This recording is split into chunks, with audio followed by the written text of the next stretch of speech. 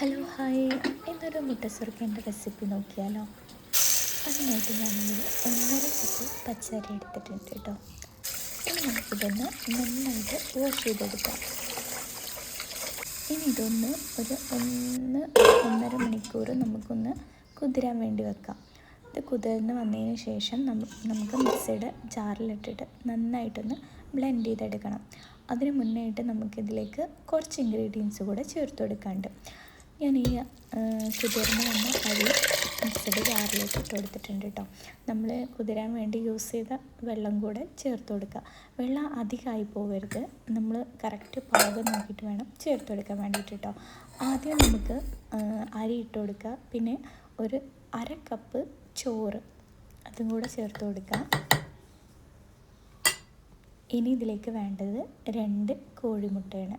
ഇനി ഞാനിവിടെ 2 കോഴിമുട്ട കൂടെ ചേർത്ത് കൊടുത്തിട്ടുണ്ട്. ഇനി നമുക്കിതൊന്ന് നന്നായിട്ട് അരച്ചെടുക്കാം. നല്ല ഫൈൻ പേസ്റ്റ് ആക്കിയിട്ട് അരച്ചെടുക്കാം കേട്ടോ. ഈ ടൈമിൽ ഒരിക്കലും വെള്ളം അധികമാവണ്ട, അത് നല്ല ശ്രദ്ധിക്കണം. നമുക്ക് വേണമെങ്കിൽ വെള്ളം ആഡ് ചെയ്ത് കൊടുക്കാം, നല്ല ടൈറ്റ് ആണെങ്കിൽ. ഇപ്പോൾ കറക്റ്റ് ഒരു കൺസിസ്റ്റൻസി ആയിട്ട് കിട്ടിയിട്ടുണ്ട് കേട്ടോ.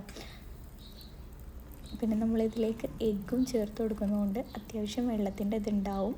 അപ്പോൾ അത് നോക്കിയിട്ട് ചേർത്ത് കൊടുക്കുക. ഒരു ദോശമാവിൻ്റെ ഒക്കെ ഒരു പരിവാണ് കേട്ടോ. ഒരുപാട് വെള്ളമായിട്ടുണ്ടെങ്കിൽ നമ്മളിത് ചുട്ടെടുക്കുന്ന സമയത്ത് നമുക്ക് ഇത് പെർഫെക്റ്റായിട്ട് കിട്ടില്ല.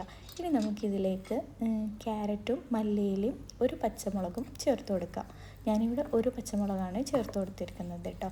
ക്യാരറ്റ് നമുക്ക് ഗ്രേറ്റ് ചെയ്തിട്ട് ചെറുതായി ഗ്രേറ്റ് ചെയ്തിട്ട് ഇട്ട് കൊടുക്കുക കേട്ടോ. ഒരുപാടൊന്നും വേണ്ട, ഒരു ക്യാരറ്റിൻ്റെ ഒരു 1/2 പീസ് മതി കേട്ടോ. ഇനി നമുക്ക് ആവശ്യത്തിന് ഉപ്പും ചേർത്തിട്ട് നന്നായിട്ട് മിക്സ് ചെയ്ത് കൊടുക്കാം. ഇനി നമുക്കിത് ഓരോന്നായിട്ട് ചുട്ടെടുക്കണം. നമ്മൾ നെയ്യപ്പൊക്കെ ചുട്ടെടുക്കുമല്ലോ, സെയിം അതേപോലെ ചുട്ടെടുക്കാം കേട്ടോ. നന്നായി ചൂടായ എണ്ണയിലേക്ക് ഒരു കയ്യിൽ ബാറ്റർ ഒഴിച്ചിട്ട് അങ്ങനെ ചുട്ടെടുക്കാം.